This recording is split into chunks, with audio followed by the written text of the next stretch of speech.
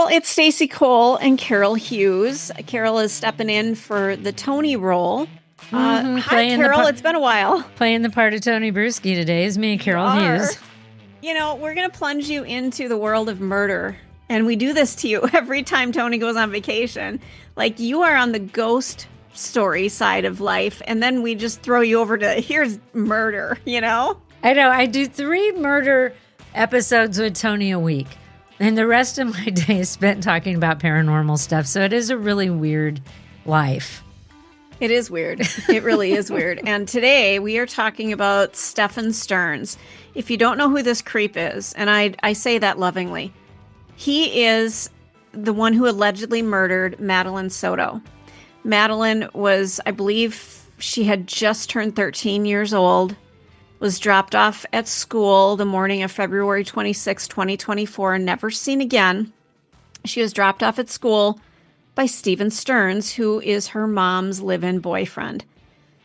We'll go through the story, but I just wanted to give a little background on it. He actually acted like he didn't do anything wrong when he was first interviewed. They had done an interview with a TV station. He was pleading with the public, you know, we just want her back. He's the one who allegedly killed her. He was caught on camera, on a surveillance camera, with what looked like a slumped over body in his car, and it was her. Psychopath. How much do you know about this story? Have you seen any of it? Quite a bit, because he was, I believe, abusing her. Yes. Before he killed her. And so it just breaks my heart that this little girl had no one to protect her from him, suffered horrific abuse, and then her little life ended like it did. And it's just so tragic. It's so tragic. It's absolutely repulsive. I mean, that's really the only way to describe it. It's sick. He had been abusing her for years. Basically, I'll dive into the story. We'll just dive into it. He said, I wish I had run downstairs and shaken her awake and called 911 and all that. That line came from basically a jailhouse call with his parents. It was a total deviation from what he had claimed all along, that he had dropped off 13-year-old Madeline Soto at school the morning of February 26th and never saw her again. But now, months after his arrest, locked in the Osceola County jail, speaking a bit too freely, he admitted something huge, that he found Madeline's body, that he was there, he saw her face, her blue lips, her ice-cold skin, and yet his words, they were calm and almost rehearsed, like he was recounting a scene in a book he had just read, not describing the death of a child he had allegedly assaulted and murdered. He said, she had gone to be with me earlier in the night, he told his father, but I'd left. That pisses me off right there. Yes. Because he's got this in his head that she's some willing participant in this. She had gone to be with him. Yeah. No, God, they slept in the same bed frequently. And the mom, I think the mom needs to be charged in this, because you know if your daughter is in the same bed. You know it. Well, a lot of times she absolutely knew it was happening. She would actually sleep on the couch while the two were in the bed. My God, that's so sick. It is. He told his father, but I'd left her alone for quite a while. By the time I realized it was far too late, she was past the point of no return. Now, this is the first time that he publicly acknowledged being in the same house with Madeline at the time of her death. It's also the first time he stopped pretending that he wasn't. Now, he had to have known that the jails record these calls, that nothing you say is private. He had to have known this. Did he just forget? I mean, but you hear this all the time, these people on these jailhouse calls thinking they're talking in code, or they make some admission. It's like, you got to remember they're listening to you, or do you just forget? I think maybe he just forgot. Maybe he's that stupid. He had recordings and pictures on his cell phone, and when it came time for police to actually look at his phone, he wiped it.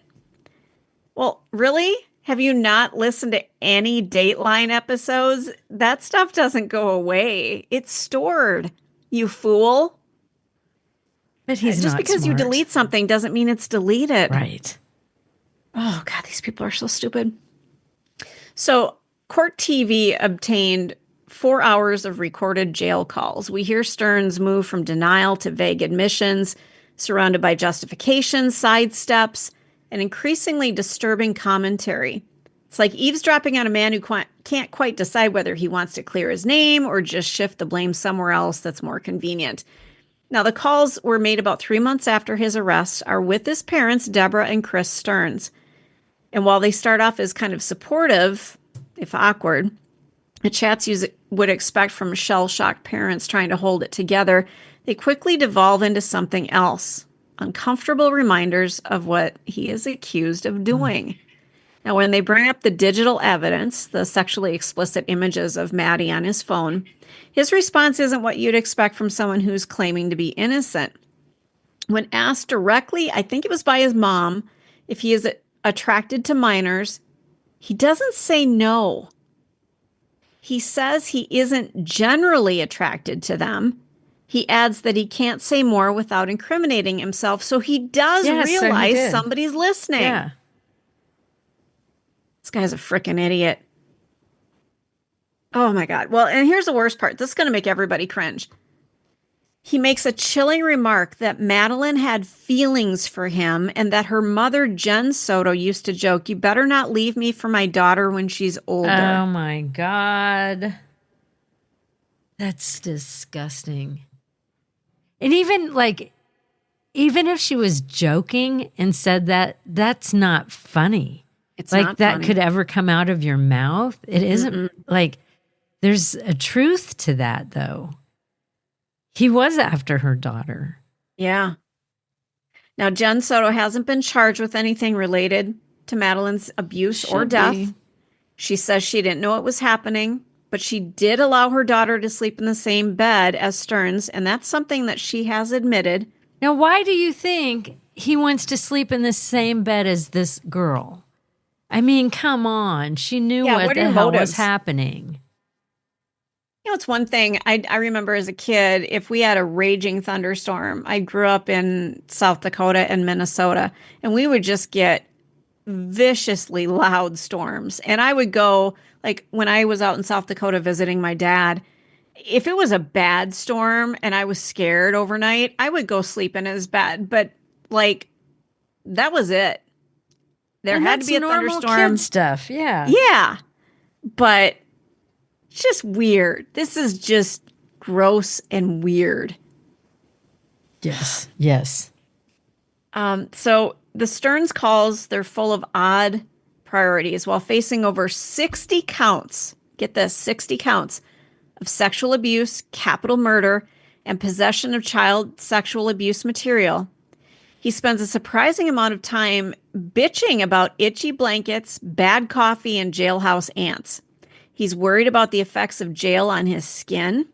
He complains about anxiety meds. He wants better lotion for his worry lines. And he misses his collectible purple dragon popcorn bucket. What is he, 5? Yeah, no shit. He is genuinely concerned about the whereabouts of his mouse droid, which is a Star Wars themed toy, and gets so irritated trying to explain what it is when he tells his parents to just Google it. Then there's the coffee. Coffee is very comforting, he says. Every time I drink a cup of coffee, it releases all types of happy chemicals in my brain. He then is asking for Michael Crichton novels, toiletries, hard candies. But his mom is drawing the line at Pet Sematary because she didn't like that story. At this point, does it matter? Does it matter? Your son is in jail for allegedly sexually abusing and murdering a child. Give him the damn book. No, I wouldn't. I'd be sending him like shit like Hardy Boys or something he wouldn't want to read in My Little Pony. Just stupid ass kids' books. It's like, you're not going to read anything interesting. You know, one minute he is waxing poetic about the joys of instant coffee, and the next he's defending himself from the kind of charges that can end in a needle. His parents plead with him to read the Bible. He tells them he's not a monster. He cries at movies. He's a good person, he insists. Mm-mm. I know I'm not bad or evil or a monster. I couldn't have done it. But then he admits murder one is about as bad as it can get. And the death penalty is as extreme as it can go. And a moment later, I guess that's not so bad, right? You go to sleep and then you go to heaven. That's a direct quote from him. You think? You think Euthanize him like a sick dog. Yeah. I don't know. The murder trial is set for September. His first trial for the sex abuse charges is scheduled for May of this year. I don't know. They're trying to bar the media and the public from pretrial hearings, claiming that the coverage is prejudicial. A judge says a decision will be coming within about 10 days. And that was like a day or two ago. I don't know where this is going to go. The guy, this is to me a cut and dry case. They just need to go through the formality. I hope he never sees the light of day again. Oh, I'm with you. Mm-hmm. I'm with you. And I think people like him tell themselves, a totally different narrative that like she likes him or she wants this as well. And she's certainly capable of making her own decisions, not ever even thinking about the whole grooming process, everything he's done to her to manipulate her and lie to her. And then the mom too. Now, I'm not saying the mom is a victim by any means. I think the mom should be held accountable because she allowed this to happen.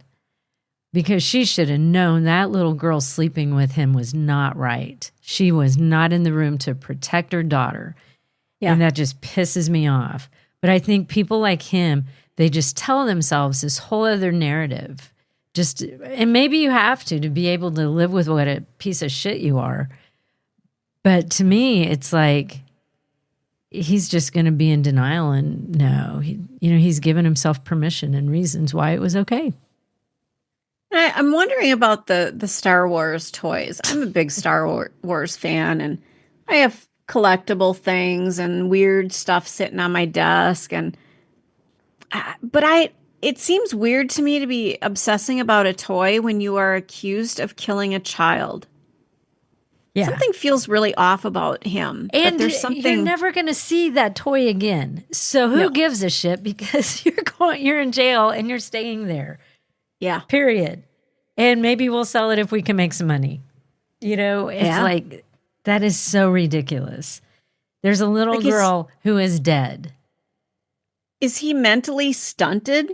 Does he still think that he's a kid himself? Maybe. I mean, something's weird here. Something is weird. He's just a horrible person. That's what it is. It's disgusting. You're locked into the Hidden Killers podcast. Want more? Start binging on all of our true crime podcasts right now through Apple Podcasts and get an ad-free experience when you sign up to be a True Crime Today Premium Plus member exclusively on Apple Podcasts. More of the Hidden Killers podcast dropping soon. Press subscribe now.